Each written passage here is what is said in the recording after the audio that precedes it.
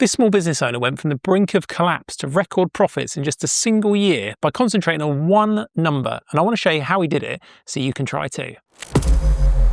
As business accountants, my team and I spend all day long helping business owners on their journey, and of course, talking to owners about what those numbers mean and how to use them to improve the business is absolutely key to that. And in these discussions, frequently owners are just not happy, mainly for two reasons. Either the business just isn't making any money and it's really struggling. Unfortunately, the success rate of small businesses is not great, or they're just not happy. It's maybe is making money, but not enough for the investment and the hours and the effort that they're putting in. The great news is though, your numbers can tell you what to focus on to help you make decisions about where you need to make your improvements. I think often for owners, in order to avoid overwhelm though, it's good to try and just pick one number to concentrate on initially, just to get you going on this journey. And in the story I'm going to tell you, this is exactly what happened to one of our clients. And towards the end of the video, I'm going to show you how you might get a start on this. No accountant needed, and just using some easy to come by tools, to stick around for that. Now, before we get going, I have had to tweak a couple of things from the document you're going to see, because this is a real life story. It comes from a client and I wanted to protect their identity. So that aside, let's talk about it. So this client was in the construction industry. So they've got a trade. So if you think about,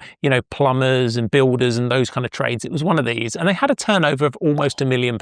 And you might be thinking, oh, that's quite a big business. But actually, in the construction industry, quite frequently turnover, so that's your sales figure, is quite big, yet you might be quite small. And part of that reason is, if you go to build somebody's extension, let's say the materials for the actual bricks and mortar and all that kind of stuff might be 40 grand on their own. You're adding that to your turnover. So sometimes it looks cool, you're going to reach £1 million turnover. Very few businesses do that in reality. But I want you to picture that this is a very small business. At the time this happened, there was probably 4 people working in the business plus some subcontractors, so it wasn't massive, but it got going. It was a little bit more mature of a business than a pure startup. Now, how this discussion started was with a member of my team talking about the accounts, and we'd done nearly £1 million in that particular year, but when it got right to the bottom to see how much profit we'd made, we'd actually lost about £16,000. So nearly £1 million turnover, but all that effort for basically nothing. And in fact, actually the client started to owe people money. And the reason this happens is quite frequently, even if you'd lost money, you don't tend to go out of business instantly that year. You've got other money coming through the account, things like that. But what eventually happens is your tax bills go unpaid, maybe you pay your suppliers late, and eventually, certainly with this business, what would have happened is it would have run out of money to pay its people, pay its suppliers, and eventually it would just have to have closed. And unfortunately, that's a very common story with these type of businesses. Now, you think from the owner's point of view, there's hours of effort, missed weekends, missed time with the family, all the stress of it, to end up effectively just owing that money to other people. And he absolutely was considering just jacking it all in. However, my team had done some analysis, and what they were looking for was, what's the one thing that's going to make the biggest amount of difference? And what stood out as kind of an outlier was what's known as your gross profit margin. And I'm going to talk to you about that and show you how this works, just so you can understand how powerful it is. Now, I could do another video on it, so I'm going to whiz through it, but I think it's important for the story that you understand how this works. So gross profit margin is really important, because what it shows you is how much money you get for every pound that you sell before paying your overheads. And by overheads, I mean accountancy, rent, things like that, telephone, marketing costs. So if you imagine you've got your sales, and then what you'll have underneath there is all the direct costs. So in a construction business like this, it would be the subcontractors' wages, those materials we were talking about, those kind of things, the actual cost of delivering the service. And what's left is what's known as your gross profit. Now, all you do to figure out your margin is you take that gross profit figure, divide it by your sales figure, and times it by 100, and it gives you a percent. So in this example, the client's was 14%. So that meant for every pound that came in the business, 14p was all that was left before we started paying overheads. Not a lot, but in some businesses, 14% is really, really good. However, in the construction industry, in the particular sector he was in, we know by working with loads of clients in this area and also with all the data we hold, that you can actually expect more like 20 to 30%. In fact, we had some clients in the 35% mark. And what we're able to show the owner is that if you just increased by 2%, he would stop losing money. Now, obviously, you don't get into business to just not to lose money. So then we were interested in, well, what could we do to move it towards 20, 30%? If you got to 20%, it would actually put around 54,000 extra profit into the business. That's quite a jump to go from 14 to 20, because quite frequently, even making a couple of percent improvements, quite hard work. But I find the smaller the business, the easier it is to move that percentage upwards in bigger jumps. The bigger you get, it's a lot harder. Moving even a percent can be quite challenging. Now, at this point, if you've started to already start thinking about your own business, I wonder what my gross profit is. And I wonder what my sector's average gross profit margin might look like. I've got you near the end of the video. I'm going to show you how you would find that information. So stick around and let me talk to you about how to improve gross profit margin generally, and also what the client actually did. So there are multiple different tactics and different ways you could increase gross profit, but generally you find it actually boils down to about three main things, four you could argue, and that is sell more products, so find more customers, do more sales, increase the price generally, or reduce costs, so those costs of delivery, find a cheaper subcontractor, find and buy cheaper materials, those kind of things. But ultimately, sometimes number four is more of a combination, and that's do more with the same cost. So we've already got our base of subcontractors and employees. Could we just take on more work? So we haven't changed our cost base, but we're changing the income. But that often, as I say, relates back to one, sell more. But you can see they sort of interact with each other. And the magic in the business in improving it is when you can do a combination of all of those things. For example, can you slightly increase price while finding more work? Being able to not need any extra resource to do that extra work, those kind of things.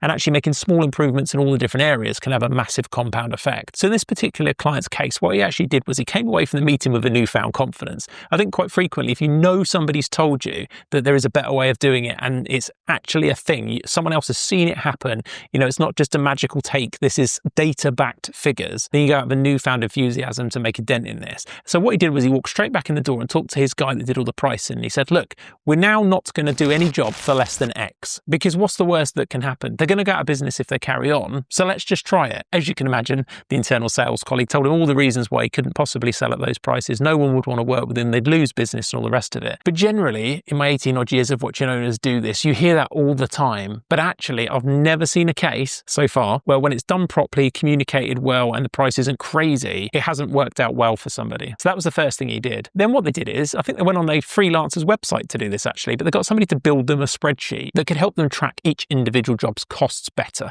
So one of the things that happened as they grow is they'd realised there was a lot of inefficiencies. So for example, one of the lads might buy stock when one of the other ones already had bought it, and then they had stock building up, or they'd have a lot more waste on a job, or somebody was filling up a van at a more expensive garage than they would normally use, or they worked out when they were paying for the lad's time away that they were using more expensive B&Bs than they used to, or they'd gone to a supplier where the stuff's more expensive and they could have gone somewhere else, but they just didn't have the systems in place. There was multiple reasons when they really dug into it, but ultimately they're able to reduce their costs on each job by just monitoring them. So as you can imagine, they tackled it from both ends. They sorted out the pricing problem, and they also really started to get a grip on their costs. So increasing this one and reducing this one had a really big impact. So it's so good that when we saw the results, we had to call the client and check a few things just to make sure we were all comfy that these were the accurate figures. Because as I said, making a few percentage difference is normal, and actually sometimes you can make a leap. But in this case, the client had jumped from 14% to 31%, taking him right up into the upper level results of people in this sector. So it meant in the following year's accounts that he'd gone from a loss of around 16 grand right up to a profit of around 155,000, so nearly £170,000 profit swing, doing almost the same thing with just new intent and a change of behaviour. And over the years, that's where the magic lies, I find. Quite frequently is looking at a key number, working out what the impact would be of changing that number, and then changing your behaviour based on that intent. And of course, it's more complicated than that, but that behavioural change when you're aiming for a goal is really important, and it does make a difference. And you might be thinking, Dan, that's very unlikely. Am I going to do that? It's obviously an outlying result. And it is. However, do you even know what your gross profit margin is? And do you know what your sector average might look like? I'm going to presume for most of you, you haven't even looked at it, and that's completely normal. So let me show you how. So firstly, the way to find where you are now is there's a couple of ways of doing it. I'm hoping that you've got some sort of accounting software, and I'll talk to you about that one in a second. And if you haven't, I would investigate something like Xero with an X. It's a cloud accounting platform, and if you go to healandassociates.co.uk/Xero, you can pick up a great discount on a new license now. Otherwise, if you have accounts done through your accountant, take the last year's accounts that have been prepared, and you can use that to calculate the figure we're going to talk about. So if you're using the software option, just make sure when you do it, your bookkeeping is up to date. As you'd imagine, junk in, junk out in terms of the figures, so making sure it's up to date. Or if you knew it is up to date to a certain point, what you're going to do is you're going to go into the software and bring up what's known as a profit and loss report. And we've done other videos talking about that. And it shows you all of your income and your expenditure and hopefully your profits. But what you can do is change the date on the report to when you knew the bookkeeping was fine. So at least you know the period you're looking at is accurate. Now, whether you've got your accounts or the new profit and loss, take your gross profit number, divide it by your sales, and then times it by 100, and that's your gross profit margin. Now, big caveat here, if you're in the retail business and you carry stock, that figure is very likely to be wrong. And it's more than I can talk in this video, but I will link another video where we talk about the impact of stock on it. And if that is you, what you might want to do is take the figure your accountants prepared last, because they should have taken into account any unsold stock. This could also affect service businesses if you've got something where, say, you've paid for some stuff up front, but you haven't yet invoiced it, or the other way around, you've invoiced up front, but you haven't yet bought the stuff, because you imagine that's not in the figures that you're looking at. If you know what those numbers are, you might be able to play around with them and account for them, but it's just something to bear in mind. And once you've got those reports, if you want to be checking them regularly, one of the things you can do in the software is you can create a custom report. So for example, in Xero, there's a part where you can actually customize the report, and you can make a little formula that will show you the gross profit percentage. Now, there are apps and things that will plug into it and give you dashboards and all this, but for now, that is the manual way of calculating it. So once you've got that, you're then going to be thinking, well, how do I find my sector's GPM? What do other people achieve? And actually, we are in 2025 as we're recording this, so there is a thing known as AI, and you won't very often hear me currently saying, go and ask AI about tax or accounts. But actually, where accounting is concerned, it can give you some good data, so go and ask it. Now, the big caveat on this is that sector data is quite nuanced, and what I mean by that is it will give you a figure, and that might be wildly not relevant to your sector, because they're quite broad. You know, what you do might be very niche, and what it's showing you is like the entire sector, but it gives you some idea of where you should be sitting. And it's one of the reasons why, as accountants, in this example with this client, we were able to say with certainty, this is the kind of thing we see, because we physically see it. Our database that we use is 20 odd years worth of data that other accountants have put into, so it's solid data. But ChatGPT or other AI tools will give you some idea, just so you can give yourself some confidence, actually maybe something could change. But sometimes it will absolutely give you some crazy high margins. So for example, it will say in service industries, 70, 80%. And actually in real terms, most of the time we see it on accounts. You will see those margins. And if you're a one-person consultant, you might do that. You might see that you actually it's 80 or 90%, but it's because your real wages aren't in that profit and loss report that you're using. Specifically, if you take dividends out of your limited company, they're nowhere on that profit and loss. So your real wages aren't there. I think if that's you might think about actually, how much would it cost if I was to replace myself and use that figure in any calculations? But anyway, it's a starting point to give you the confidence that perhaps you can improve. Obviously, if your percentage is way higher than what the AI tools are telling you, great, but I bet you could still improve. So then what I think would be awesome for you is to take an improvement goal. So maybe you can improve by 1%, and then just have a look at what time frame. So maybe we'll say in the next quarter, I'm going to improve my gross profit margin by 1%. Then set a date in your diary of when are you going to review the figure and how. So if you're at this point, you're like, well, I wasn't actually able to pull off my gross profit, then investigate how you might do that. If you're working with an accountant, you can talk to them, or if you're not, do some research and figure out how you might go around getting that done. And then get it in your diary so you've got a place to review it. And then from that point, that's where the hard work starts. We've talked about broadly how we'd improve it, but you've got to have a look at your business and think about the specifics. If you are going to increase price, for example, how are you going to do it? If you are going to get more efficient, how are you going to get more efficient? And set some little projects to go and explore those points. And for me, that's the exciting bit about being a business owner, is tinkering with these things and seeing what you can do. And if it turns out that pricing is one of the things you want to fix, watch this video, it may help.